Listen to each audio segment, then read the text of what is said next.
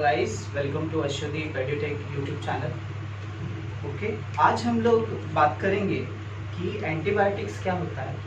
Last lecture में हमने देखा कि राइजोबियम क्या है, ईस्ट क्या है, उसके बर्डिंग जो एसेक्सुअल रिप्रोडक्शन है, we have seen. If you have not watch that lecture, please watch now. Antibiotics जो है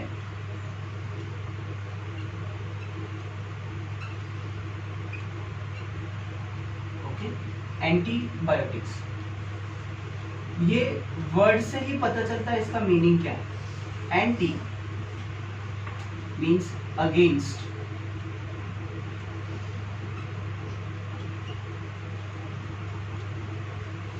against. Okay, biotics means biological organism. Okay, against biological organism. Example, bacteria. Okay, so this is antibiotic.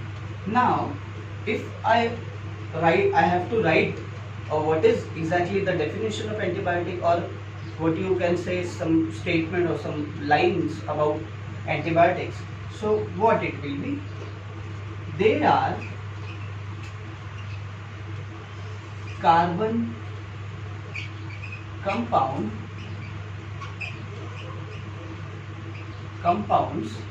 which are obtained from fungi.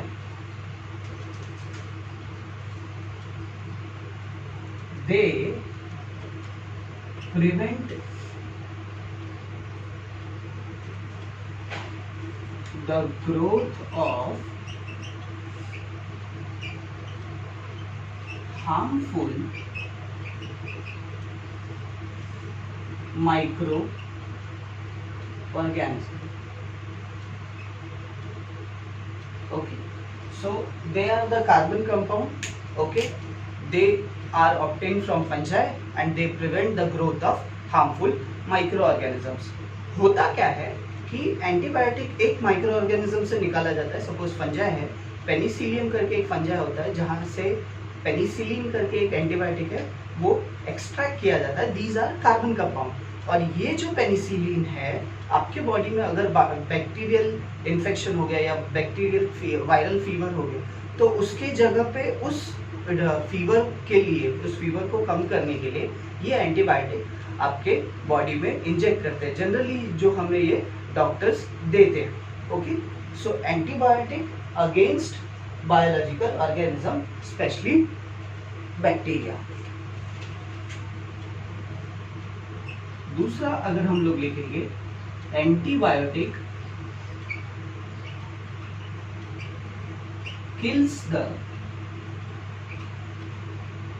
kills the harmful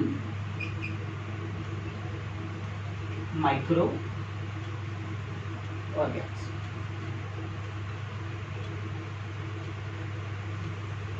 Example of antibiotic, penicillin,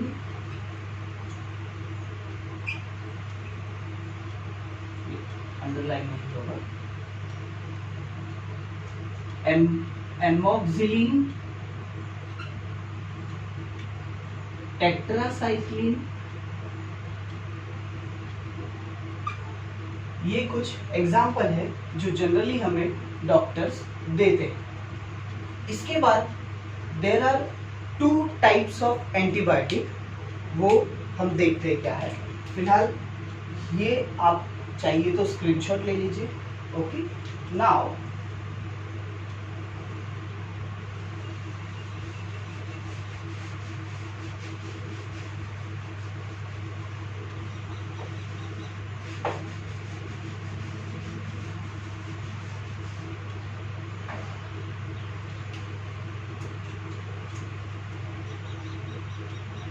two types of antibiotic. इसमें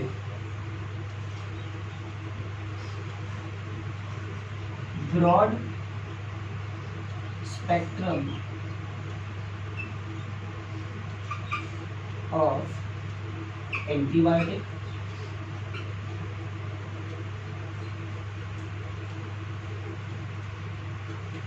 narrow spectrum of antibiotic. Okay, so there are two types. अब broad spectrum of antibiotic में क्या होता है कि pathogen, the pathogen is not definitely known.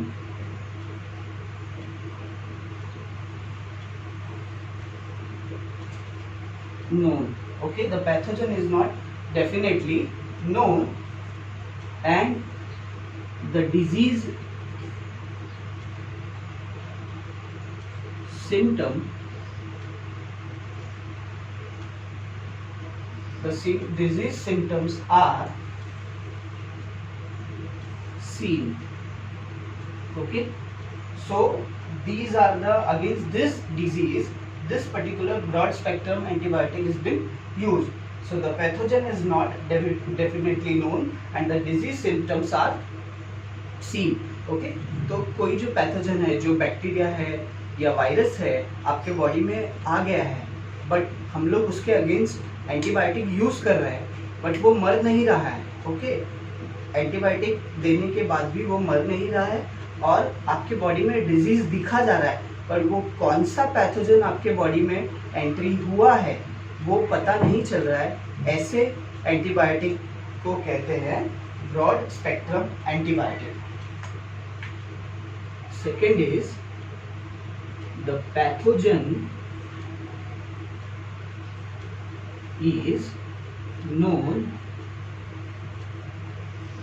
and the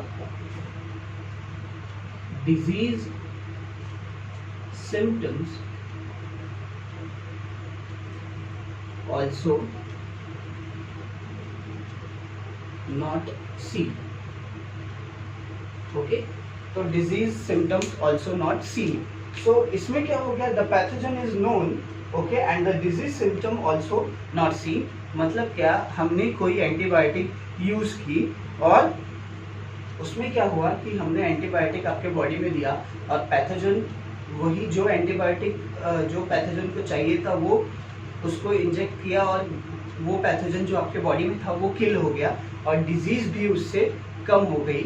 सो उसको बोलते हैं नैरो स्पेक्ट्रम एंटीबायोटिक. इसमें क्या हो गया कि पैथोजन पता है, एंटीबायोटिक पता है, तो दोनों का इंटरेक्शन होने के बाद पैथोजन भी किल हो गई और डिजीज भी आपको कम हो गया. इसके ब्रॉड स्पेक्ट्रम में क्या होता है कि हमें पता नहीं होता है कि पैथोजन कौन सा है और पैथोजन कौन सा है तो हम उसके अगेंस्ट कौन सी एंटीबायोटिक लगाएं, तो एंटीबायोटिक बॉडी के अंदर इंजेक्ट करें. सो होने का कारण क्या है कि बैक्टीरिया हम लोग एंटीबायोटिक हम लोग यूज कर रहे हैं बट पैथोजन मर नहीं रहा है और डिजीज भी बढ़ जा रही है, उसके सिम्टम्स भी दिखे जा रहे हैं. तो ये ब्रॉड स्पेक्ट्रम में आता है. नैरो स्पेक्ट्रम में क्या है, पैथोजन भी पता है और एंटीबायोटिक भी पता है और पैथोजन एंटीबायोटिक जैसे ही दिया पैथोजन मर गया और डिजीज का लेवल जो है वो भी कम हो गया या खत्म हो गया. That is called as narrow spectrum antibiotic.